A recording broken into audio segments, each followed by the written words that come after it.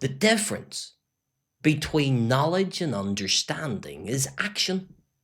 You can know all about a hurricane, but it's unlikely you're going to take the right action unless you understand that you understand the impact and the damage that it can cause. My name's Sean, and I'm the director and founder here in Nemstar, an information security specialist company in Belfast in the United Kingdom. I've been explaining cyber topics to customers for over 30 years, from military organizations to public sector to small businesses, large businesses, and everybody in between.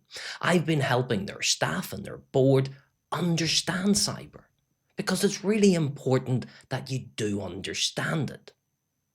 I'm a licensed and forensic investigator, intrusion analyst, and incident handler. I've got the capability, like many people, to run your entire incident handling process from analysis through to reverse engineering and reporting.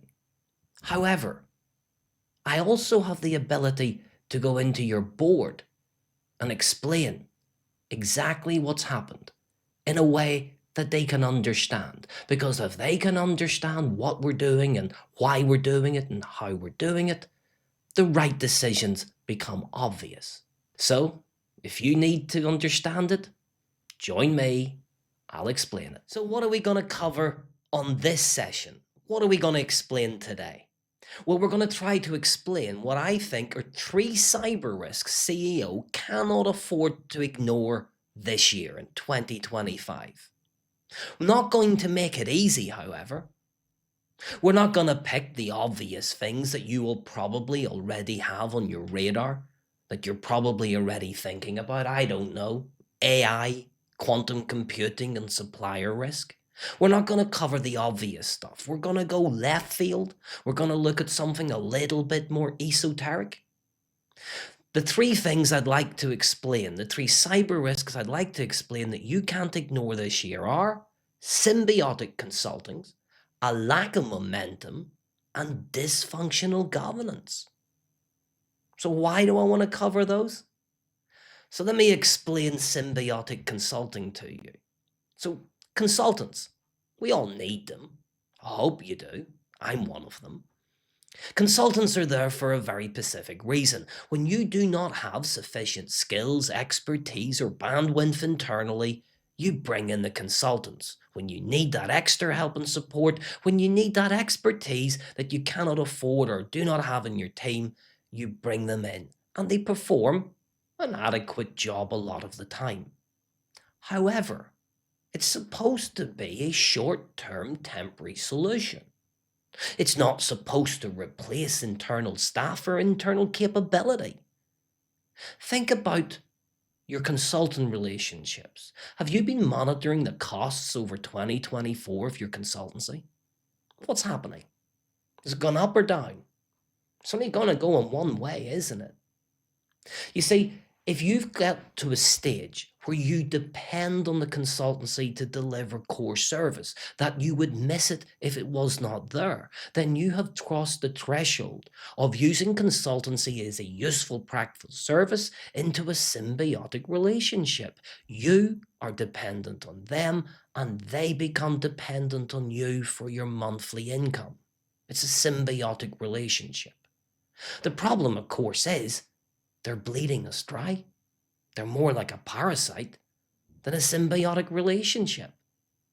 All consultancy should come to a conclusion. All consultancy should have a start, a middle, and an end. When's the last time you reviewed all your third-party contract spends? When have you looked at your strategy to replace those consultants? What should you do? How do you solve it? Well, you solve it obviously with a strategy. But a strategy starts with admitting there's a problem, of looking at how you replace, bring those skills and expertise internally to the team. I'm a big fan of roles like architecture roles in internal teams. A lot of the consultancy spend that I see within my customers are around architecture and design. An internal consultant is somebody that can replace an external consultant, architects.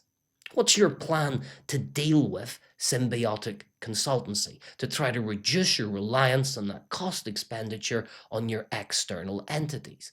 What's your strategy on it? What learning pathways have you implemented for your staff to upskill them and reskill them and give them the experience that you need to reduce that dependency? Number 2, a lack of momentum. Let me explain to you what I mean by a lack of momentum. Well, I remember doing momentum at school. Anyone remember that? It's getting along quite well till it came to angular momentum. Then it all got difficult, didn't it? But that's not the type of momentum we want to talk about. We want to talk about momentum of your program. And the most important driver that you have, the most important tool that you have that drives momentum in your organization is the culture. You're trying to create an emphasis, a focus on cybersecurity. You're trying to do it not just in the senior management and the functional tiers of management, but you're doing it right down to the end user.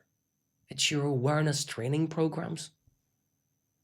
We all know that lots of statistics, most of which I think are made up. I'll make one up now. In the United Kingdom in 2024, I think I seen a stat that said 89% of all successful cyber attacks involve social engineering. You know it's up in the high 80s at least. 90% I could believe. 90% of successful attacks involve social engineering. And as the owner of a training business, what percentage of your budget do you spend?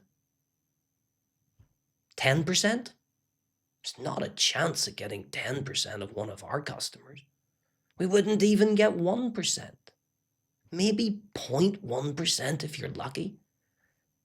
Why are you spending 0.1% of your budget, if you're even spending that, on 90% of the problem?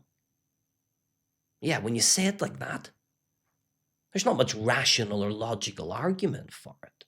See, momentum is about the people and the culture and what they think. It's about keeping the enthusiasm. It's about keeping it lively and interesting and engaging.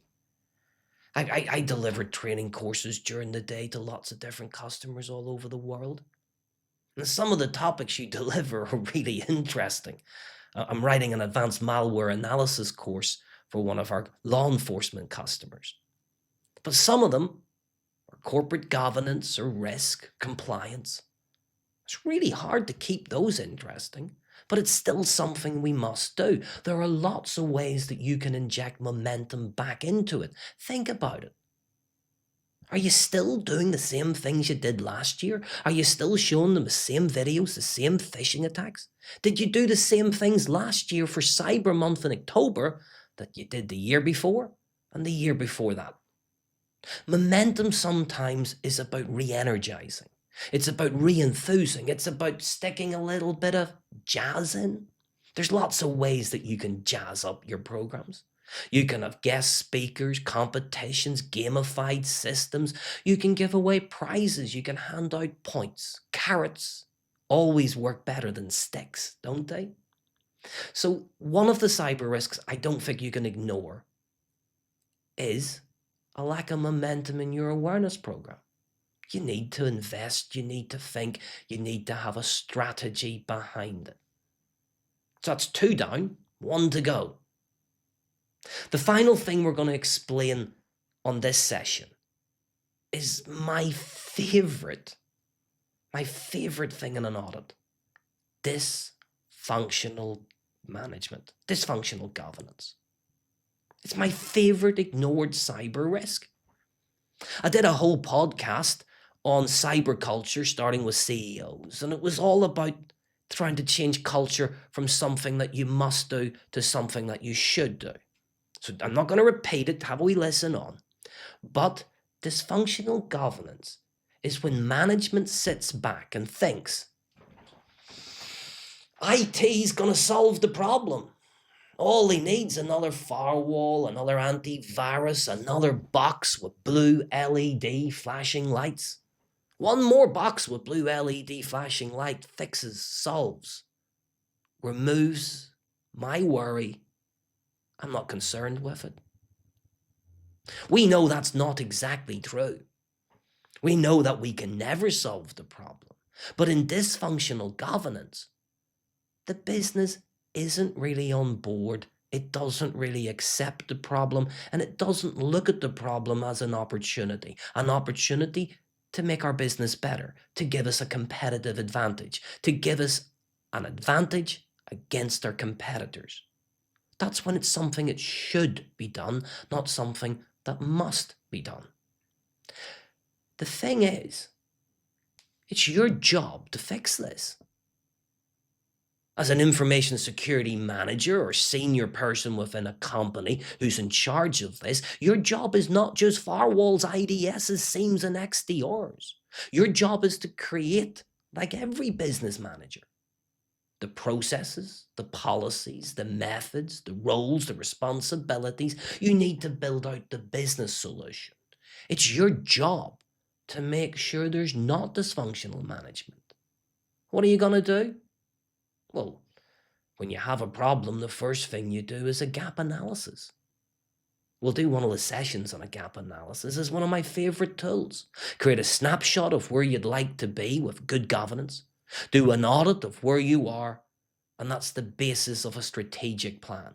And out of the strategy, we drive roadmaps and projects of change. Dysfunctional governance is a serious risk. It's just as dangerous as AI, quantum computing, and supplier risk.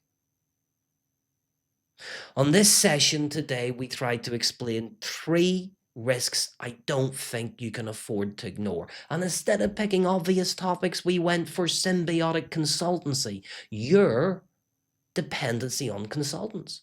We went for a lack of momentum, being able to keep that culture change, to keep that enthusiasm, to re-energize, to reinvigorate through your training awareness program.